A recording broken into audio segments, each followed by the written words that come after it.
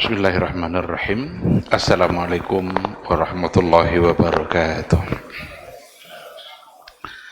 Innal hamdalillah nahmaduhu wa nasta'inuhu wa nastaghfiruh wa na'udzu billahi min shururi anfusina wa min sayyiati a'malina. May yahdihillahu fala mudhillalah wa may yudlilhu falan tajida lahu waliyyan mursyida. Asyhadu an la ilaha illallah wahdahu la syarikalah wa asyhadu anna Muhammadan abduhu wa rasuluh la nabiyya wa la rasula ba'dah. Ikhwati fillah, hadirin hadirat, Bapak Ibu-ibu yang dimuliakan Allah, mari kita awali kajian kita dengan bersyukur dan memuji Allah Subhanahu wa taala.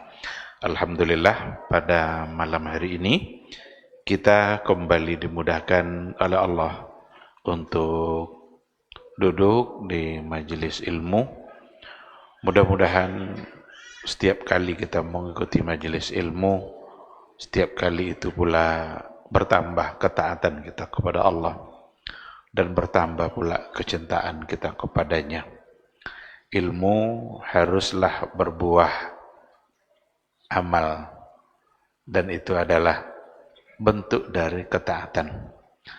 Tidak ada artinya sebuah ilmu kalau seandainya tidak diikutkan dengan amal. Bahkan pujian-pujian Allah terhadap orang-orang berilmu itu sesungguhnya tidaklah berhenti pada berilmu saja, tetapi ilmu yang diikutkan dengan amal.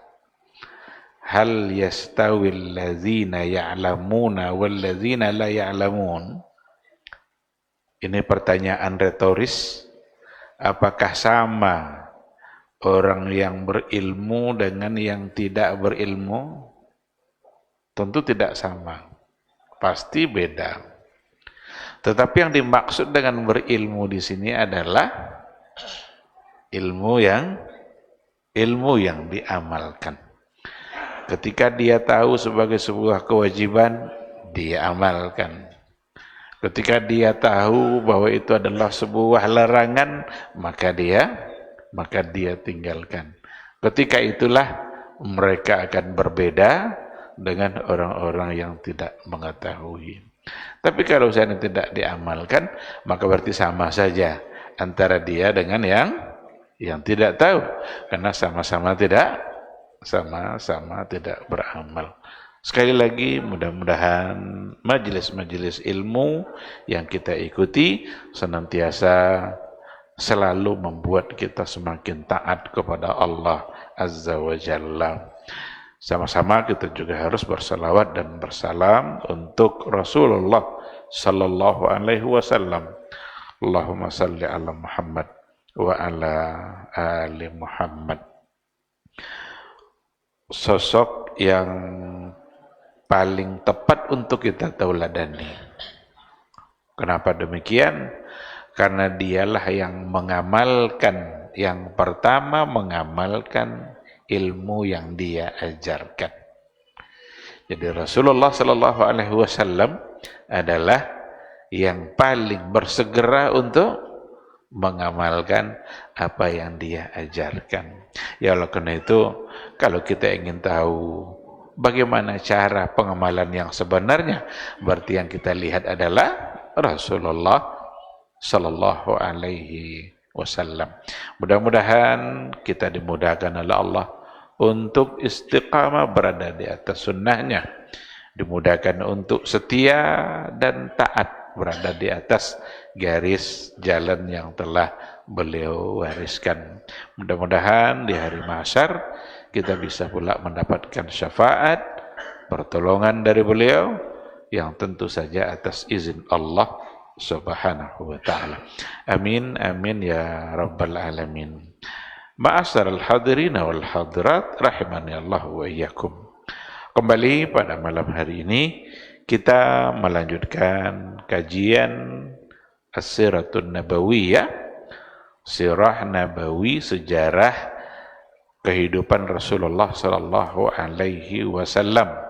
Kita masih berada pada fase Makkiyah, periode Makkah, Nabi berdakwah pada periode Mekah, fokusnya adalah pada bina al-aqadi atau tashih al-janibil aqadi, meluruskan akidah, fokus pada membersihkan atau meluruskan berbagai penyimpangan yang terdapat pada akidah. Bagaimana cara Nabi membangun keyakinan generasi awal? Kok begitu kokoh iman mereka? Kok begitu mulia mereka di sisi Allah? Kenapa generasi sahabat, generasi yang mendapatkan garansi langsung dari Allah, Allah ridhai mereka? Maka ini akan kita coba lanjutkan kajian kita. Di antara cara Nabi membangun akidah, membangun kekuatan iman mereka kepada Allah, itu adalah memberikan penjelasan kepastian yang terkait dengan al-qada'u wal qadar. Bahwa kehidupan kita ini semuanya adalah diatur dan ditentukan oleh Allah Subhanahu wa ta'ala. Tidak ada di antara kita yang mampu mengatur dan menentukan dirinya sendiri. Kalau seandainya kita bisa menentukan kehendak kita, maka yang akan terjadi dalam kehidupan kita adalah apa yang kita kehendaki. Tapi ternyata yang terjadi adalah banyak hal-hal yang tidak kita kehendaki ternyata terjadi. Ada hal-hal yang kita inginkan tapi ternyata tak kunjung datang.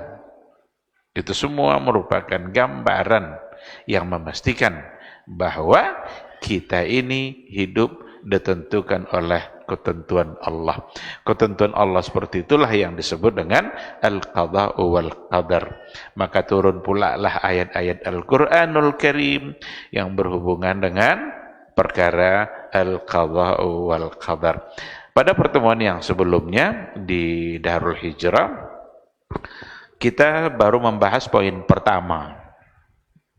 Karena kita katakan bahwa ada 4 poin ketika kita ingin memahami mafhumul qada wal qadar secara lengkap, secara sempurna. Itu ada 4 poin yang harus kita yakini. Belum akan sempurna iman kita kepada takdir kecuali kalau seandainya kita sudah meyakini yang 4 ini. Andaikan salah satu dari yang 4 ini kita tidak percaya, berarti rusak keyakinan takdir kita, rusak keyakinan qada dan qadar kita. Inilah terjadi kesalahan pada beberapa ulama pada masa dahulu, karena ada di antara poin dari 4 itu yang mereka tidak meyakini. Yang pertama yang sudah kita bahas pada pertemuan yang sebelumnya adalah beriman kepada qada dan qadar mengharuskan kita untuk meyakini ilmullahil muhiti bikulli syai', pengetahuan Allah yang meliputi terhadap segala sesuatu. Ini poin pertama. Percaya kepada takdir berarti kita percaya kepada ilmu Allah yang meliputi segala sesuatu. Tidak ada satupun di luar pengetahuan Allah. Selembar daun yang jatuh, Allah tahu. Seekor semut yang mati, Allah tahu. Ketika turun hujan, berapa butir hujan itu turun? Allah tahu. Kita tahu enggak? Tidak tahu. Kapan kira-kira hujan akan berhenti? Kapan akan mulai? Di detik berapa mulainya? Detik berapa berhentinya? Allah tahu. Itu al-ilmul muhit. Atau juga dalam buku yang lain dibahasakan al-ilmus syamil. Ilmu yang memang meliputi. Tak ada satupun di luar ilmu Allah. Tak ada satupun yang tidak diketahui oleh Allah Subhanahu wa taala. Ayatnya saya kira dulu sudah kita berikan penjelasan, ini sekedar mengingatkan saja, dan insya Allah kita akan masuk pada poin yang kedua. Nah, jadi yang pertama apa tadi? Al-ilmu syamil, ilmu yang sempurna yang dimiliki oleh Allah. Kalau kita tidak percaya itu, berarti pengetahuan kita tentang takdir tidak sempurna. Allah tahu yang dulu, yang sekarang, yang akan datang. Maka ketika ada ayat-ayat tentang hari kiamat, karena memang Allah tahu apa yang akan terjadi nanti pada hari kiamat, kan sudah diceritakan dalam Al-Quran. Itu salah satu dari kandungan Al-Quran adalah menceritakan apa yang akan terjadi, dan itu pasti benar. Karena yang menceritakannya adalah Allah Azza wa Jalla. Baik. Kita masuk pada yang kedua. Beriman kepada takdir, al-qada'u wal qadar, berarti beriman kepada kitabatu kulli syai'in kainin, bahwa segala sesuatu yang terjadi itu sudah tertulis, sudah tercatat. Semua yang akan terjadi, yang sedang terjadi, yang sudah terjadi, itu semua ada dalam catatan Allah Subhanahu wa taala. Kitabah kulli syai'in kain. Sudah tertulis. Yang menulisnya siapa? Pena. Pena yang pertama kali diciptakan oleh Allah dalam hadis riwayat Imam Bukhari itu dikatakan awwalu ma khalaqallah al-qalam. Yang pertama sekali yang diciptakan oleh Allah itu adalah pena. Kepada pena itu Allah memerintahkan, uktub, tulislah. Pena nanya, madza aktub? Apa yang akan saya tulis? Kata Allah, uktub maqadiral makhluqat. Tulislah takdir-takdir semua makhluk. Jadi pena bisa bertanya, apa nak kena tulinya? Itu ada mulu pena, tapi dia jelas bertanya. Sama dengan batu. Batu ngucap salam ke Nabi. Nabi lewat di jalan-jalan kota Mekah, Nabi mendengarkan ucapan salam, yang ternyata ucapan salam itu datang dari batu. Didengar oleh Nabi. Berarti batu itu beriman kepada Rasul, karena dia mengucapkan salam dan Nabi mendengarkan salamnya. Berarti batu bisa ucap salam. Ada mulu batu tu. Makhluk saja kita tidak bisa memahaminya. Maka ketika orang-orang Mu'tazilah menolak Allah punya sifat kalam, hanya karena menduga jika Allah punya sifat kalam berarti sama saja manusia, itu sesuatu yang sangat tertolak. Karena dia membayangkan seperti apa Allah berbicara. Sekarang kita bisa bayangkankah batu berbicara? Nah, makhluk saja kita tidak bisa bayangkan.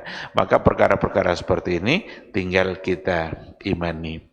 Ketika pena bertanya, "Madza aktub?" Apa yang saya tulis? Jawab Allah, "Uktub maqadiral makhluqat." Tulislah takdir-takdir semua makhluk. Bahkan dalam riwayat itu dikatakan bahwa Allah menciptakan pena itu 50.000 am qabla khalqis samawati wal ard. 50.000 tahun sebelum diciptakan langit dan bumi. Jadi 50.000 tahun sebelum bumi diciptakan, Allah sudah ciptakan pena. Pena itu yang mencatat, si fulan lahir kapan, matinya kapan, nikahnya kapan, kalau nikah dia punya anak berapa, Anaknya sampai besar atau mati di waktu kecil. Rizkinya berapa yang disediakan oleh Allah. Semua sudah ada. Percaya kepada takdir berarti percaya kepada kitabah.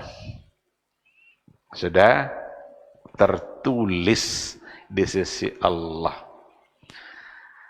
Tentu saja apa yang disampaikan pada poin yang kedua ini didukung oleh dalil-dalil yang ada yang sangat banyak sekali dalam Al-Quran.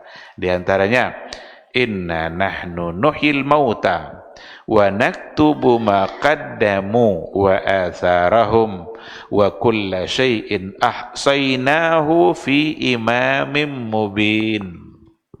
Segala sesuatu sudah kami tetapkan, sudah kami tulis fi imamin mubin, pada imamin mubin. Itu di situ dibahasakan dengan imam. Sebelumnya apa? Wa naktubu ma qaddamu. Kami menulis. Kami di sini Allah min babit tasyrif. Atau ketika ada kami, ini sudah sering kita berikan penjelasan, bisa maksudnya adalah min babit tasyrif untuk menunjukkan kebesaran dan kemuliaan Allah, atau kami di situ memang ada yang lain yang terlibat dalam penulisan seperti malaikat.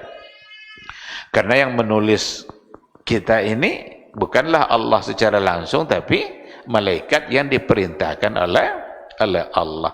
Ada raqib, ada atid, kiraman katibin. Ada kiraman katibin. Makhluk-makhluk mulia ini adalah malaikat. Yang mereka itu adalah menulis. Mereka tahu apa saja yang dilakukan oleh makhluk Allah Subhanahu wa taala. Ini hadis-hadis tentang pencatatan ini sangat banyak sekali. Wa ma yalfidhu min qaulin, ayat dan hadisnya, wa ma yalfidhu min qaulin illa ladaihi raqibun atid. Tidaklah ada lafaz yang kalian ucapkan kecuali di sisi kalian ada raqib atid. Atau hadis masuk Jumat, masuk masjid di hari Jumat, itu kan ada malaikat yang mencatat. Malaikat mencatat sampai khatib naik. Kalau seandainya khatib sudah naik, malaikat pun ingin mendengar. Karena ibadah malaikat kepada Allah diantaranya adalah mendengarkan ayat-ayat Allah. Kalau kita membaca dan juga mendengar. Jadi membaca ayat-ayat Allah itu ibadah kita. Sedangkan malaikat lebih fokus pada mendengar ayat-ayat Allah Subhanahu wa taala. Nah, maka ikhwati fillah, balik pada poin yang kedua, belum akan sempurna iman kita kepada takdir Allah kecuali kalau kita memang sudah meyakini bahwa segala yang terjadi sudah ditetapkan dan ada pada catatan. Kita tinggal melewatinya aja. Besok kira-kira kita mau ngapain? Mungkin kita punya rencana. Tapi yang akan terjadi adalah yang ada dalam catatan Allah. Yang ada pada Allahul Mahfuz. Rufi'atil aqlam. Pena sudah diangkat. Catatan tintanya sudah jaffatis suhub wa rufi'atil aqlam. Tintanya sudah kering dan pena sudah diangkat. Jadi tidak ada apa namanya yang untuk penghapus itu. Tidak. Sudah tercatat, penanya sudah diangkat, tintanya sudah kering, berarti semua kita tinggal menjalani. Ini menjadi bagian terpenting dari keimanan kita kepada takdir.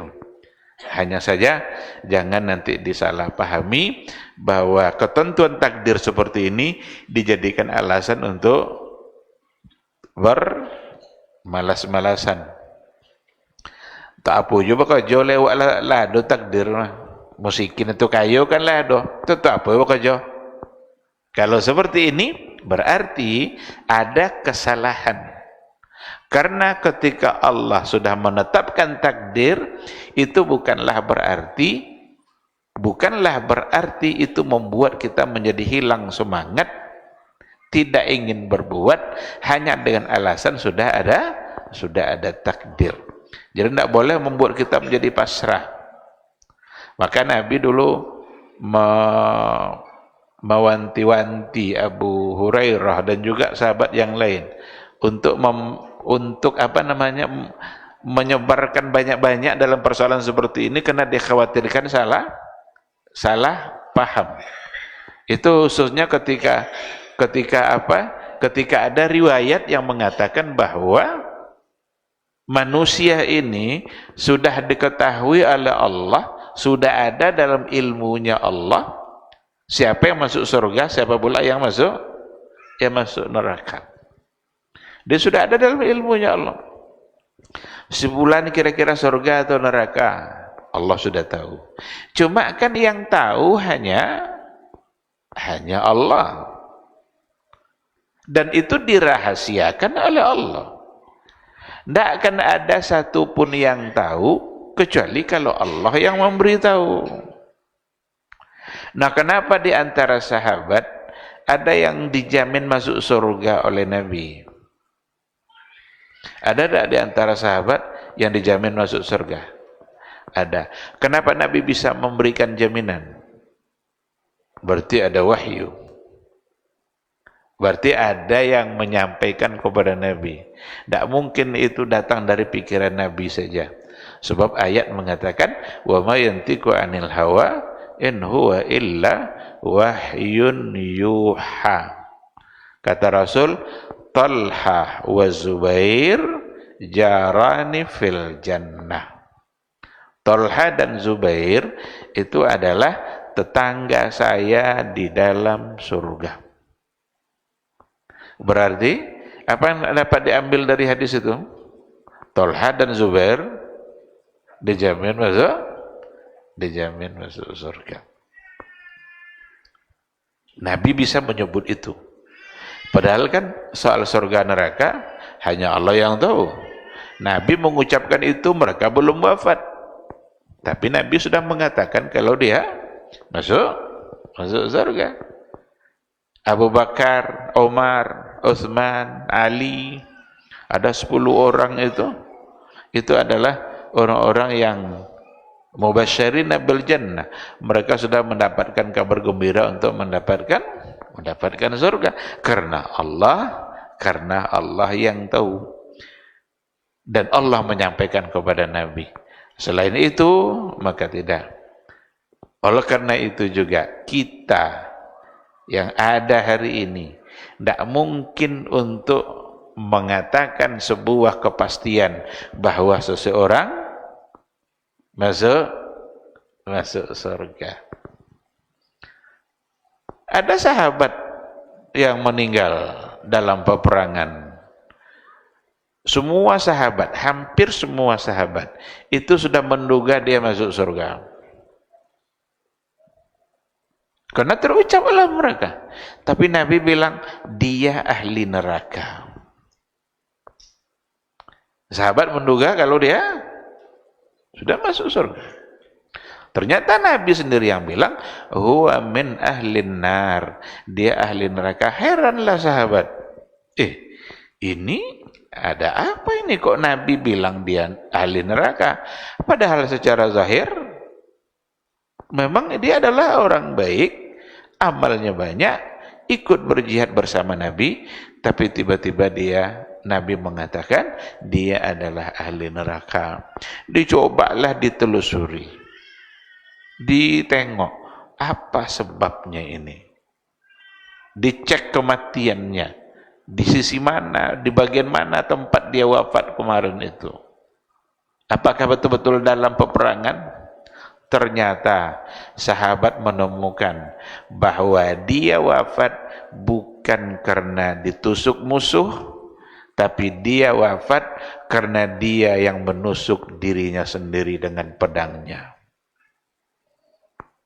Apa alasan dia menusuk badannya sendiri dengan pedangnya?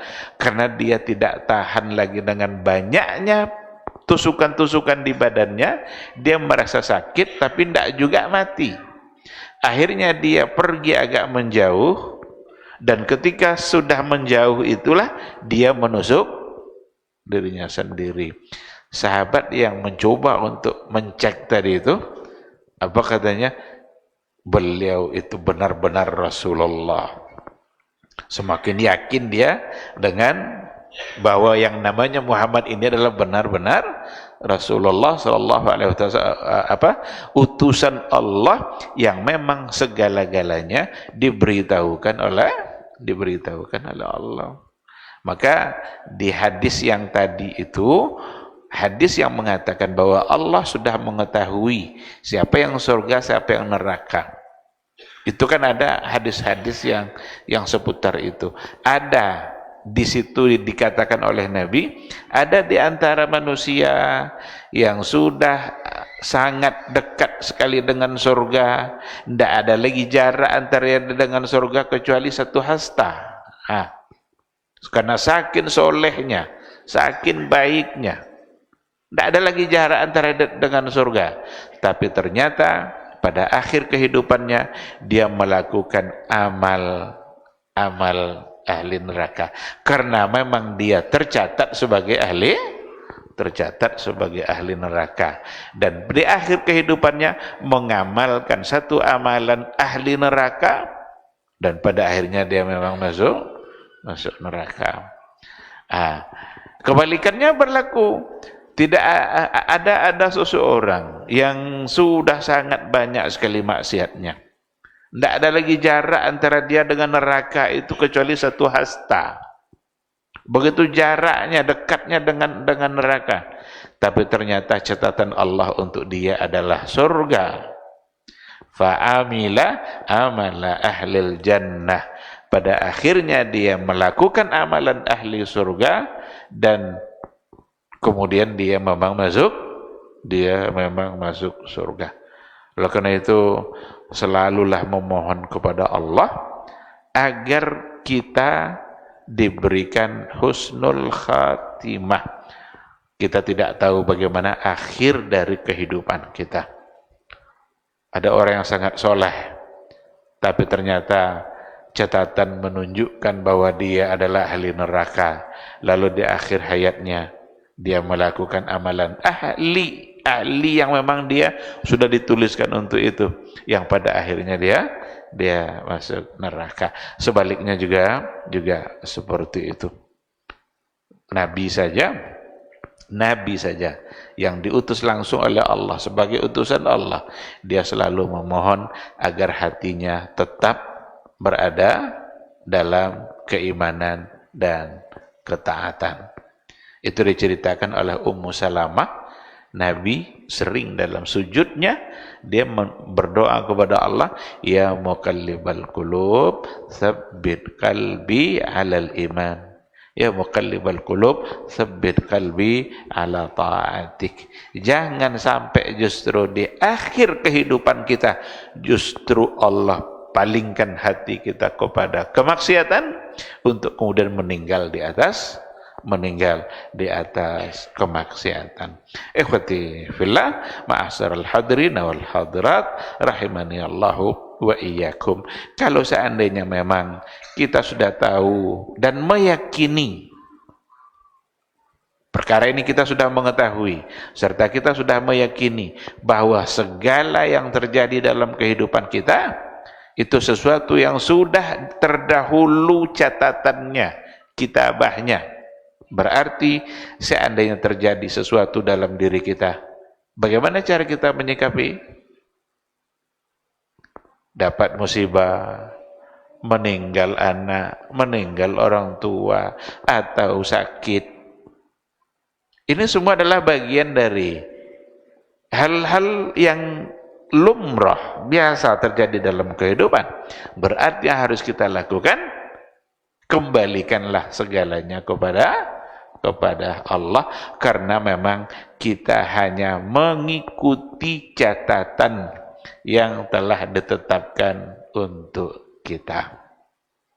Nah, disinilah nanti pentingnya kita beriman atau mengetahui apa makna dari beriman kepada al-qada wal qadar, yang salah satunya ada pada persoalan kitabah. Para sahabat membuat mereka sangat nyaman sekali dalam menjalani kehidupan karena tidak ada yang baru dari sikap awal, hanya karena belum terjadi saja.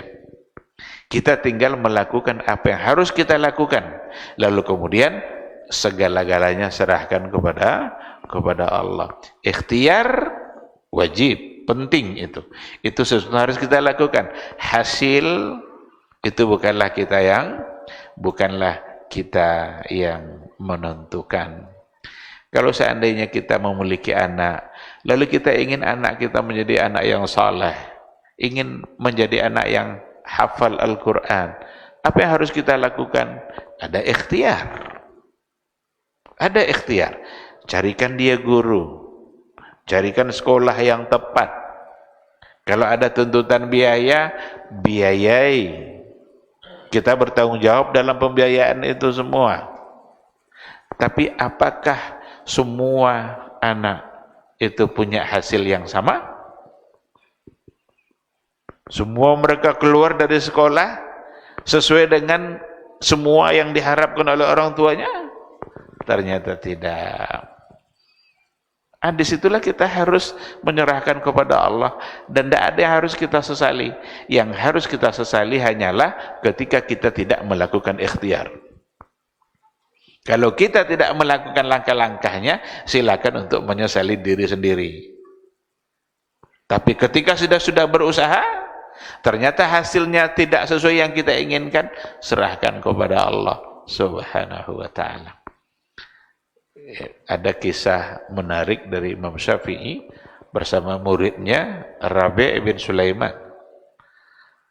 Rabi' Sulaiman lambe kena paham.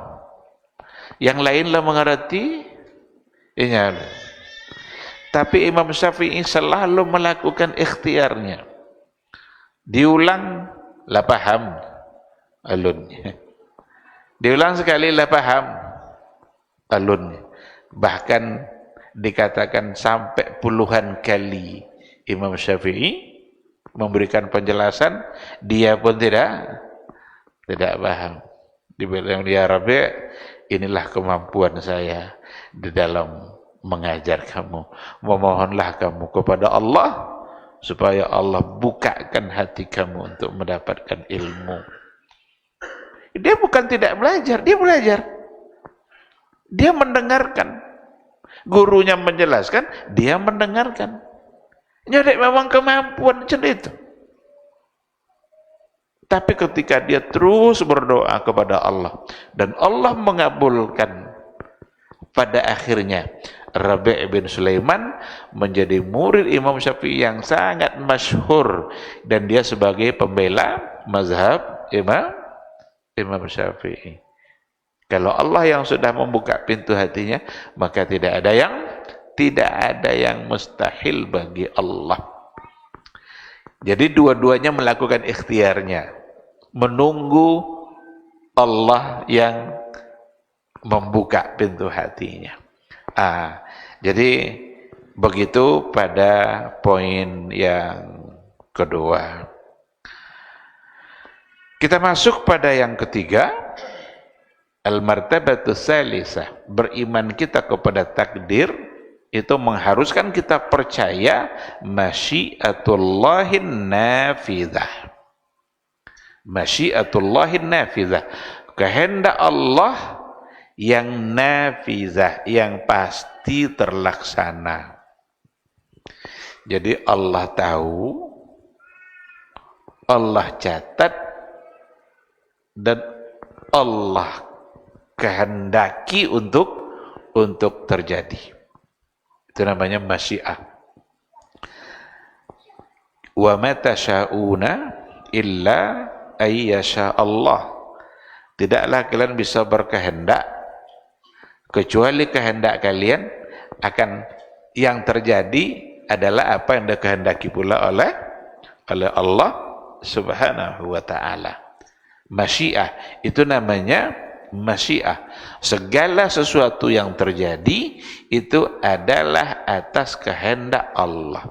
Disinilah nanti menyimpangnya kelompok Qadariyah dan Jabariyah. Dia berada pada dua kutub yang berbeda, dua-duanya ekstrim. Kelompok Qadariyah menganggap bahwa sesungguhnya kita ini diberikan kemampuan oleh Allah dan kemampuan kita itu bisa menentukan apa yang kita kehendaki. Artinya Allah tidak punya kehendak dalam kehidupan kita. Yang akan terjadi adalah yang kita kehendaki. Itu kata Qadariyah. Sementara kelompok Jabariyah kebalikannya. Kita ini tidak punya kehendak apapun. Tidak ada kehendak yang kita miliki. Semuanya hanya ada pada kehendak Allah. Jadi ibarat wayang. Jadi kita ini seperti wayang. Wayang itu kan ditentukan oleh dalangnya. Kalau tangan wayang itu kata dalangnya kasih tulah tangan. Kalau katanya cendeko itu tangan. Ke bawah. Sehingga mereka meyakini pula kita tidak punya kehendak apapun. Ada dua kutub yang salah. Yang satu mengatakan kita punya kehendak dan kita yang menentukan. Di sisi lain justru Jabariyah punya keyakinan kita tidak punya kehendak apapun. Yang ada hanyalah kehendak Allah. Yang benar adalah yang di tengah-tengah. Itu yang wasatiyah, ahlus sunnah, yang mengatakan bahwa kita diberikan kehendak oleh Allah. Bukankah kita banyak kehendak kita? Kita punya keinginan, ingin melakukan ini, ingin punya itu. Bukankah semua itu ada pada kita? Tetapi kehendak kita mesti tunduk kepada yang dikehendaki oleh Allah. Andaikan yang kita kehendaki itu sesuai dengan kehendak Allah, maka terjadilah dia. Tapi kalau seandainya yang kita kehendaki tidak sesuai dengan kehendak Allah, maka yang akan terjadi apa yang dikehendaki oleh Allah. Maka pada poin yang ketiga, masyiatullahin nafidzah. Masyiat Allah yang pasti terlaksana. Masuk waktu Isya, kita jawab dulu suara azan insyaallah, nanti kita sambung.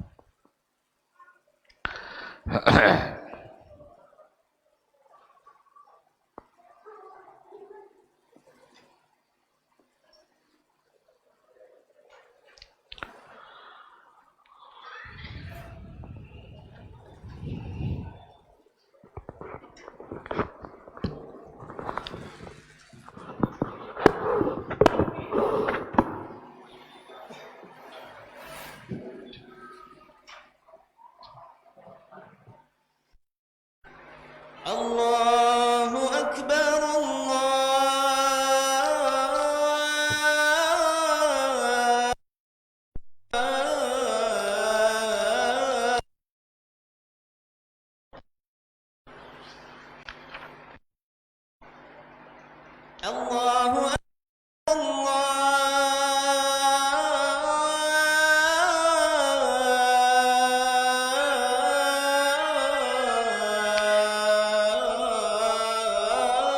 Allahu Akbar.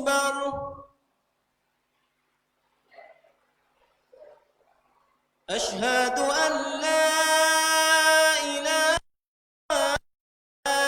illallah.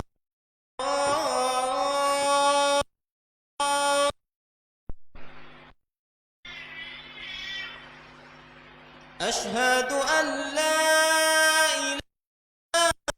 ilaha illallah.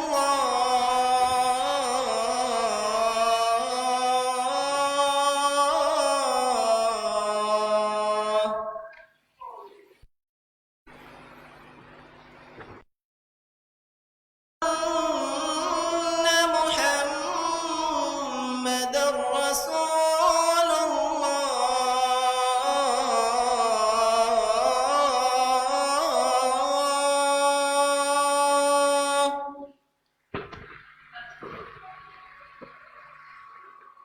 أشهد أن محمدا رسول الله.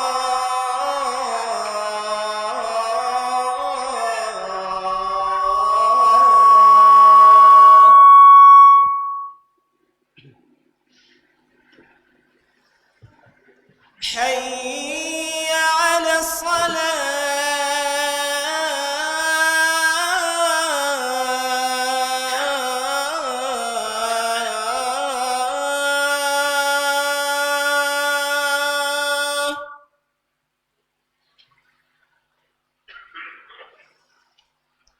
حي على الصلاة.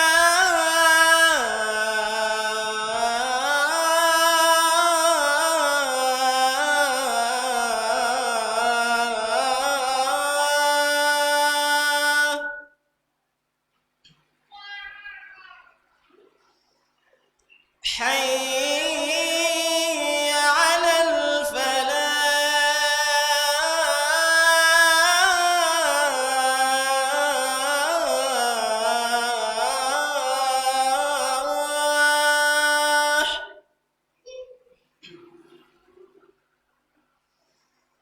حي على الفلاح.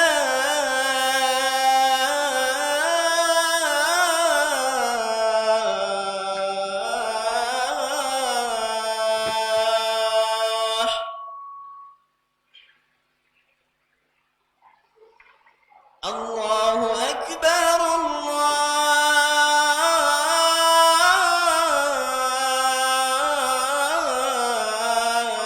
الله أكبر.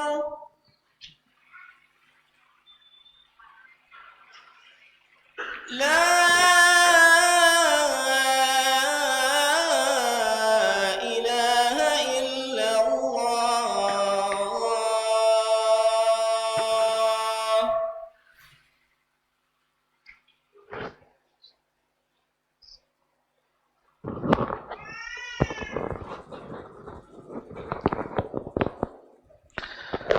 Bismillah, walhamdulillah, wassalatu wassalamu ala rasulillah wa ala alihi wa sahbihi wa mawala. Ikhwati fillah, hadirin hadirat kaum muslimin dan muslimat yang dimuliakan Allah. Kembali kita ke materi kita. Poin yang ketiga, tadi sudah kita katakan bahwa beriman kepada al-qada'u wal qadar berarti beriman kepada masyiatullah an-nafizah wa qudratuhu tammah, kehendak Allah yang pasti terlaksana dan kekuasaan Allah yang sempurna. Ini poin yang ketiga. Tak satu pun yang diinginkan oleh Allah kecuali pasti itu terjadi. Semua. Berarti dalam kehidupan kita pun memang itulah yang harus kita yakini. Kalau kita berusaha, yang akan terjadi untuk hasilnya yang dikehendaki oleh Allah. Tapi haruskah kita berusaha? Harus. Itu kerja kita. Hasil bukan urusan kita. Maka dalam hidup ini memang kita ini prosesnya yang akan kita dihisap itu nanti melalui proses yang kita lakukan. Bukan hasil. Kalaulah seandainya yang dihisap itu hasilnya, Nabi beda-beda hasil dakwahnya. Nabi Nuh ratusan tahun berdakwah, ternyata hanya hitungan jari. Maka dalam hadis Nabi, ada nanti di hari akhirat itu, ada di antara Nabi yang pengikutnya hanya 1 atau 2 orang. Ada di antara Nabi yang tidak ada pengikutnya sama sekali. Ada di antara Nabi yang punya pengikut yang banyak. Itu kan hasil. Tapi dia di sisi Allah yang akan diproses dalam hisab adalah proses. Kita juga seperti itu. Kalau kita berobat, hasil bukan kerja kita. Hasil itu urusan Allah. Prosesnya kita seperti apa? Apakah prosesnya syar'i atau tidak? Maka tidak boleh kita memilih cara yang tidak sesuai syariat. Supaya mendapatkan kesembuhan, dipilihlah cara-cara syirik. Datang dukun sana, datangi dukun sini, cari mantra sana, cari mantra sini. Padahal hasil yang menentukan adalah Allah. Oleh karena itu, pilihlah semua proses yang kita lakukan, semuanya mesti syar'i. Setelah itu, serahkan hasilnya kepada Allah Subhanahu wa ta'ala. Baik, yang keempat, poin yang keempat, beriman kepada takdir berarti beriman kepada khalqullahi likulli syai', bahwa segala sesuatu itu Allah yang menciptakan. Segala sesuatu Allah yang menciptakan. Dzalikumullahu rabbukum la ilaha illa huwa khaliqu kulli syai' fa'buduhu. Dialah Allah Rabb kalian. Tidak ada yang berhak untuk disembah kecuali Dia. Khaliqu kulli syai', yang menciptakan segala sesuatu, fa'buduhu, maka sembahlah Dia saja, wa huwa ala kulli syai'in wakil. Ini masalah ini ada perkara-perkara yang sulit dipahami atau diperdebatkan oleh ahlul kalam. Apa contohnya? Ada ayat, wallahu khalaqakum wa ma taf'alun. Dialah Allah yang menciptakan kamu dan menciptakan apa yang kamu lakukan. Menciptakan kamu, semua kita pasti bisa meyakininya. Tapi menciptakan apa yang kalian lakukan. Sekarang kalau seandainya ada orang mencuri itu berarti ciptaan Allah. Lalu muncul nanti perdebatannya, kenapa mesti dibalas dengan neraka padahal Dia yang menciptakan? Maka perlu dipahami secara baik dalam persoalan ini. Dialah Allah yang menciptakan kamu dan menciptakan apa yang kamu lakukan. Sekarang bisa tidak kita melakukan sesuatu tanpa izin Allah? Kenapa orang itu bisa bermaksiat, mencuri, berzina? Kenapa bisa? Karena Allah berikan kesehatan, Allah berikan kemampuan. Seandainya maksiat itu perlu biaya, Allah berikan dia rezeki. Tidak mungkin bisa terjadi kalau ini tidak ada. Maka pada hakikatnya apa yang dia lakukan itu bisa terjadi karena memang semuanya datang dari Allah. Jadi bukan berarti kalau dia mencuri Allah pula yang mencuri, enggak. Begitu cara memahaminya. Dialah Allah, Dia yang menciptakan kamu dan menciptakan apa yang kamu lakukan. Sekarang kita beribadah. Ibadah itu adalah perbuatan kita dan amal kita. Dalam ayat tadi dipahami bahwa ibadah kita Allah yang menciptakan. Karena disinilah Jabariyah tadi itu kenanya. Kan Allah sendiri yang bilang. Itu semua adalah ciptaan Dia. Nah sekarang, kenapa kita bisa beribadah?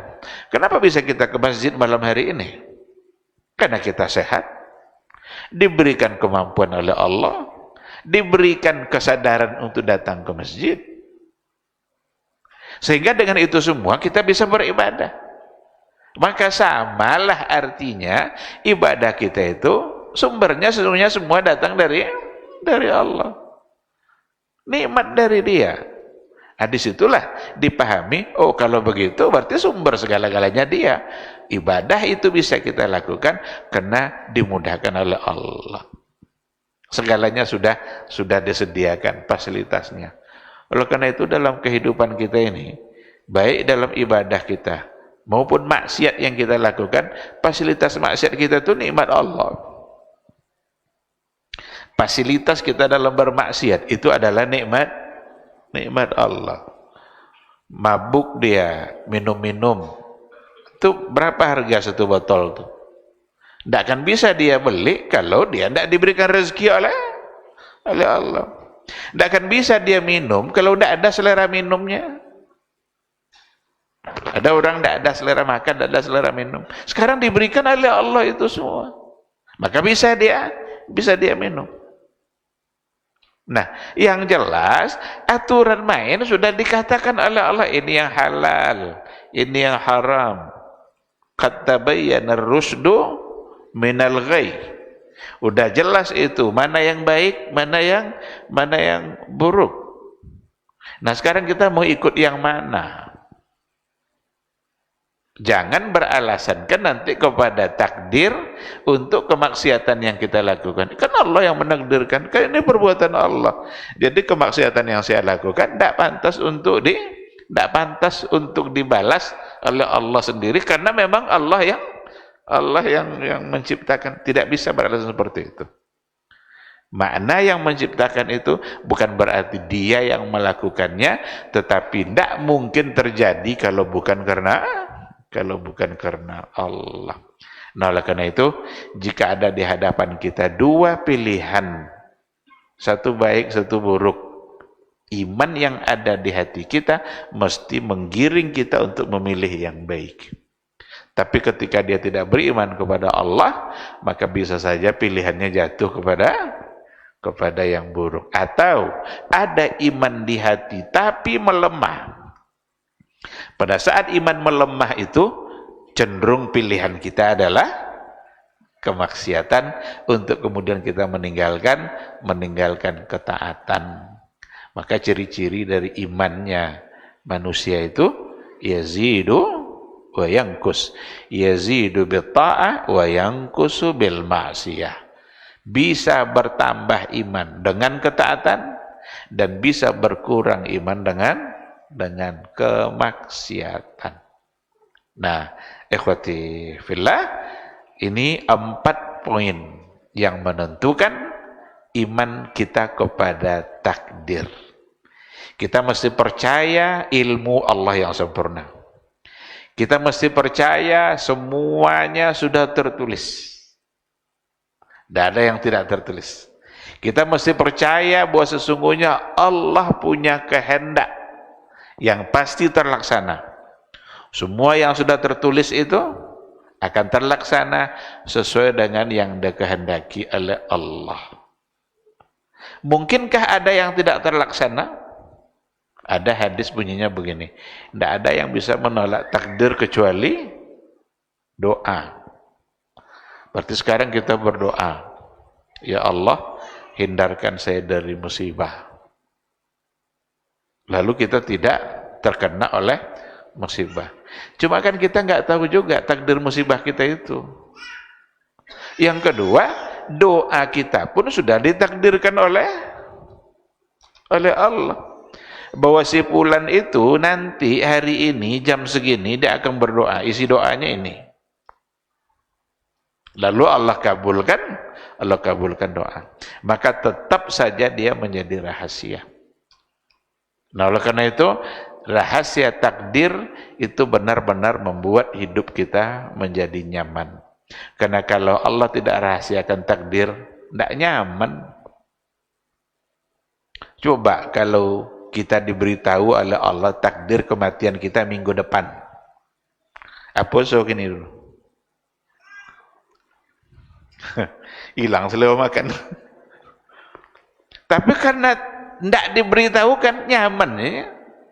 Lama-lama makan, kalau sudah makan langsung. Maka ada hikmah yang luar biasa. Takdir itu dirahasiakan. Karena kalau tidak dirahasiakan, hidup kita tidak seimbang, tidak ada kompetisi. Kita akan bermalas-malasan. Kalau kita sudah tahu takdir kita kaya, pasti kaya. Kan bakal jual tidak apa ya, bakal jualnya lah pasti kaya. Atau kalau kita tahu bahwa takdir kita miskin, oh beda wak takdir miskin, tu lah kan mau bekerja. Tidak itu apa bekerjanya lah pasti miskin. Seorang mahasiswa kalau diberitahu takdirnya oleh Allah lulus tepat waktu nilai A, oh be takdir tu deh, tu lah kan belajar. Nggak ada kuno belajar lele jole atau diberikan takdirnya oleh Allah bahwa dia gagal 8 semester ke-8 dia gagal, itu tak takdir beda itu lagi belajar nggak ya.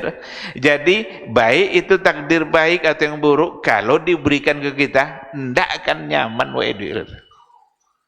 sehingga yang paling tepat adalah ketika takdir itu dirahasiakan.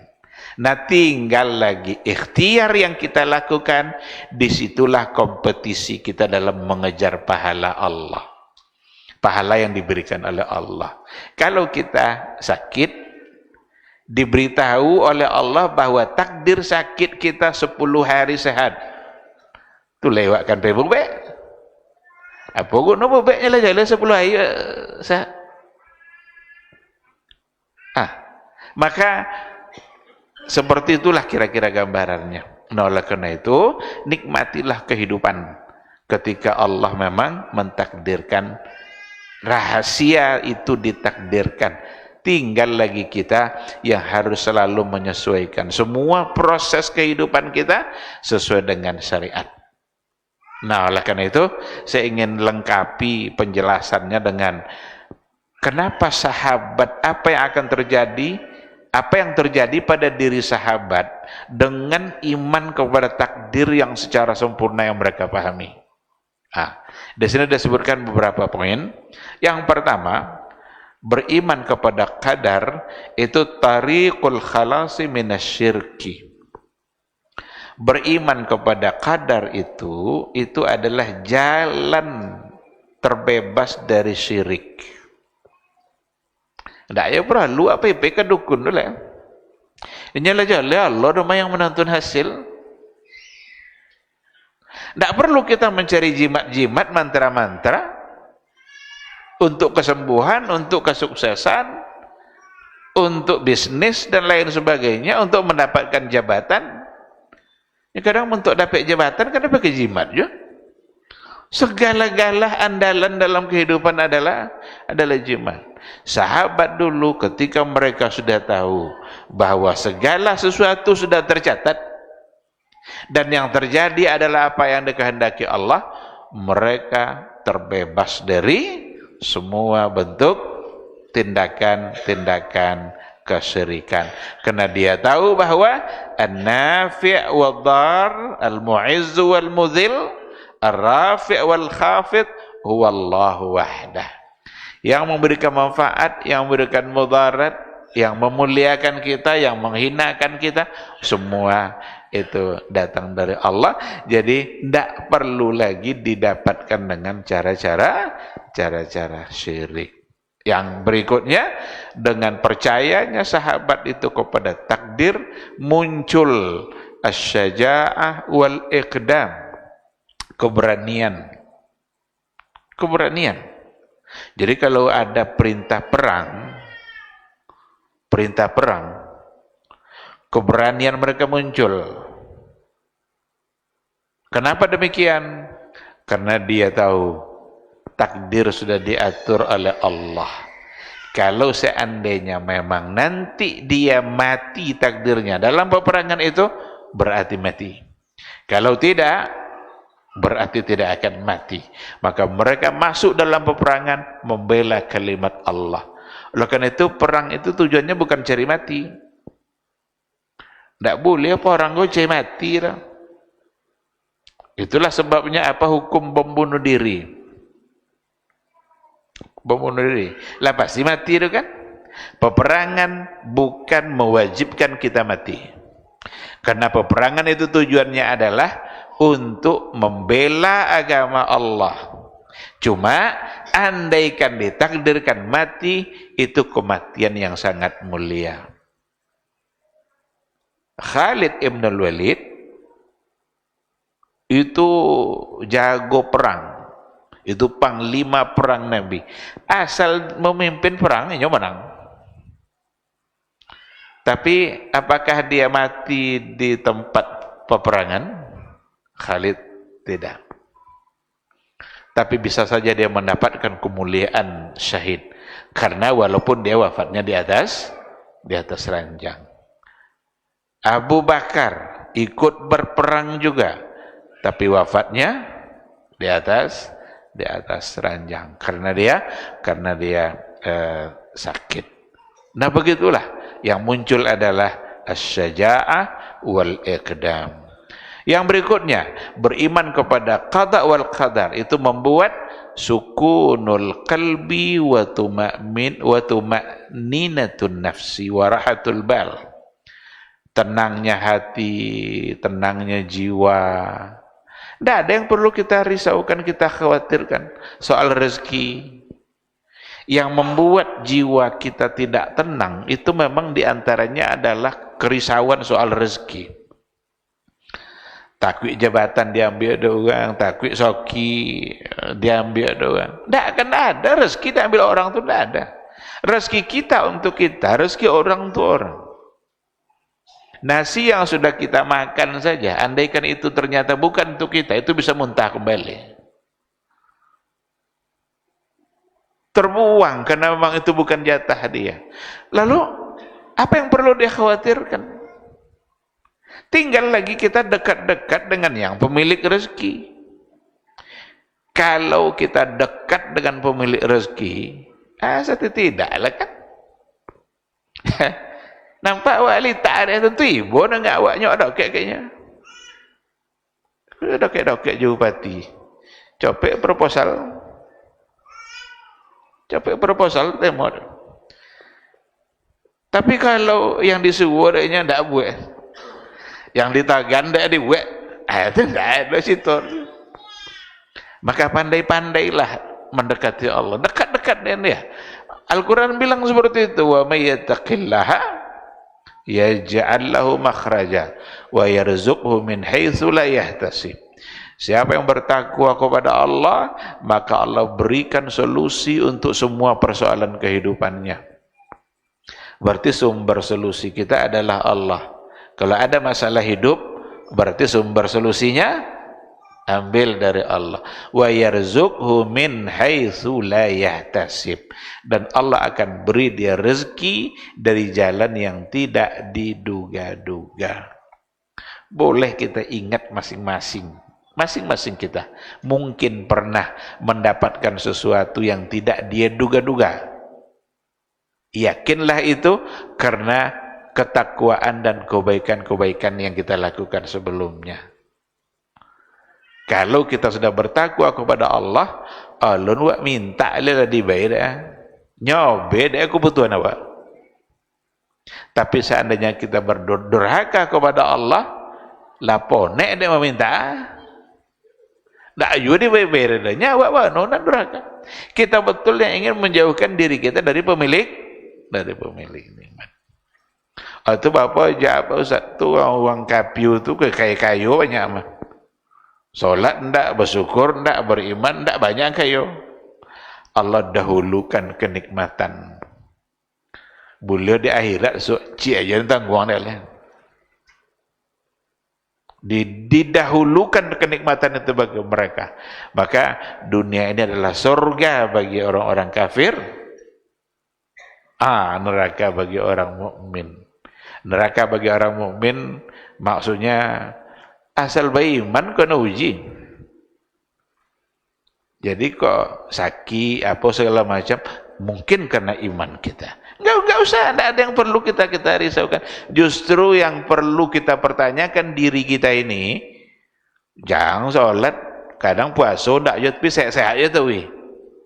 Jangan-jangan adalah istidraj. Istidraj namanya itu. Tapi ketika ada ujian-ujian yang Allah berikan, berarti Allah sedang mengakui iman kita. Berbahagialah, berbanggalah. Itu pengakuan itu mahal. Karena setiap yang beriman mesti diuji. Ahasiban nasu ayyutraku ayyaqulu amanna wa hum la yuftanun. Apakah manusia itu mengira mereka dibiarkan saja mengatakan kami beriman sementara mereka tidak diuji? Maka ujian itu sesuatu yang tidak terpisah dari iman. Kok tidak nak kena uji jamba iman? Mungkin dunia akan dibukakan oleh Allah, tapi di akhirat kita akan menjadi orang yang merugi.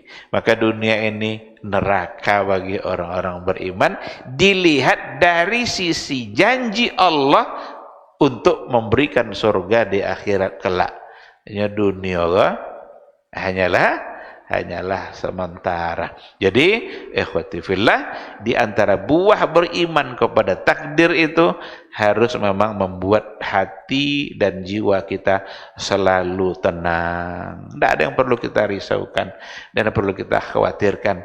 Kita hanya perlu fokus untuk melaksanakan apa yang harus kita laksanakan. Pagi, salat subuhnya Allah Ta'ala. Salat subuh. Berusahalah nyinya, berusaha. Cuma burung, kata Rasul, kalaulah kalian bertawakal seperti burung, terbang dalam keadaan lapar, pulang dalam keadaan perut kekenyangan. Kalau tawakal sama dengan burung. Tapi syaratnya terbang. Terbang inilah yang ikhtiar. Kalau bawa ke kita terbang tuh, macam-macam. Ada yang ke pasar, ada yang ke kebun, ada yang ke kantor, ada yang ke sekolah. Macam-macam usaha kita. Selalulah jaga kehalalan dari usaha kita. Karena hasil hanya Allah yang melakukan cara yang haram untuk mendapatkan rezeki. Yang akan kita dapatkan hanyalah yang telah ditetapkan oleh Allah. Sementara kalau kita jaga diri kita dari perkara-perkara, jalan-jalan yang haram menuju rezeki itu, kalau kita jaga terus, ternyata bisa saja Allah memberikan sesuatu di luar dari yang kita duga. Nah, pada poin berikutnya, beriman kepada qada dan qadar itu membuat para sahabat memiliki izzatun nafs, kemuliaan jiwa. Tidak ada kita perlu menghina diri kita di hadapan siapapun. Makanya tidak boleh sujud kepada manusia, karena kita ini sama. Ada orang sujud kepada atasannya, boleh jangan diontin kojo. Dipuji berlebihan, kadang berbohong pula dalam memujinya. Untuk apa guna? Ada satu kekhawatiran di situ. Nyokot dak buat macam tu ya, ingat rezeki kita yang menentukan adalah Allah. Tidak perlu kita menghinakan diri kita kepada siapapun demi mendapatkan sesuap nasi. Apalagi untuk sengaja siap melakukan kemaksiatan hanya untuk mendapatkan rezeki yang sesungguhnya rezeki itu datang dari Allah Subhanahu wa ta'ala. Bahkan di sini dikatakan, dan juga sudah sering kita ulang-ulang dulu, wa annahu layyamuta hatta yastawfiya rizqah. Sesungguhnya seseorang itu belum akan mati kecuali setelah sempurna dia mendapatkan rezekinya. Lari kita dari rezeki itu, dia akan kejar kita. Karena itu memang hak kita. Sebagaimana lari dari kematian, maka kematian pasti akan menjumpainya. Tak bisa lari dari rezeki. Dakwah nio dibayar. Makanya dulu kita katakan Abdurrahman ibn Auf gagal jadi yang musikin, ya.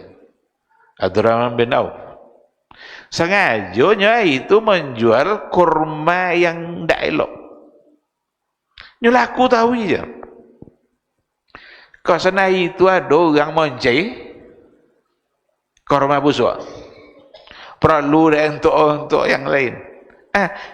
banyak aja jadi saking. Jadi dia gagal menjadi orang miskin. Abdurrahman bin Auf lah yang memberikan nafkah bagi istri-istri Nabi setelah Nabi wafat. 4.000 dinar yang diberikan oleh Abdurrahman bin Auf untuk Aisyah, kan istri Nabi setelah Nabi meninggalkan tidak boleh nikah dengan siapapun. Jadi Abdurrahman bin Auf ya menanggung. Maka ikhwati fillah, ma'asyiral hadirin wal hadirat rahimani Allah wa iyyakum. Beginilah pentingnya beriman kepada takdir, sehingga ini menjadi hal yang pertama sekali yang disampaikan, yang diturunkan kepada Nabi. Ternyata kalau kita ingin berubah menjadi baik, memang mesti sempurna keyakinan kita kepada takdir Allah. Kalau sudah sempurna keyakinan kita kepada takdir Allah, disitulah membuat hati dan jiwa kita semakin nyaman, tenang dalam menjalani kehidupan, karena Allah menciptakan kita sekaligus menciptakan semua rezeki-rezeki yang diperlukan. Tinggal ikhtiar yang harus kita lakukan. Wallahu subhanahu wa ta'ala alam. Sampai di sini kajian kita pada malam hari ini. Mohon maaf agak terambil waktunya. Mudah-mudahan dapat kita Subhanahu wa ta'ala selalu membuka hati kita untuk belajar dan menjaga akidah dan keyakinan kita dari berbagai macam penyimpangan. Amin amin ya rabbal alamin. Subhanakallahumma bihamdika asyhadu an la ilaha illa anta astaghfiruka wa atubu ilaik. Wassalamualaikum warahmatullahi wabarakatuh.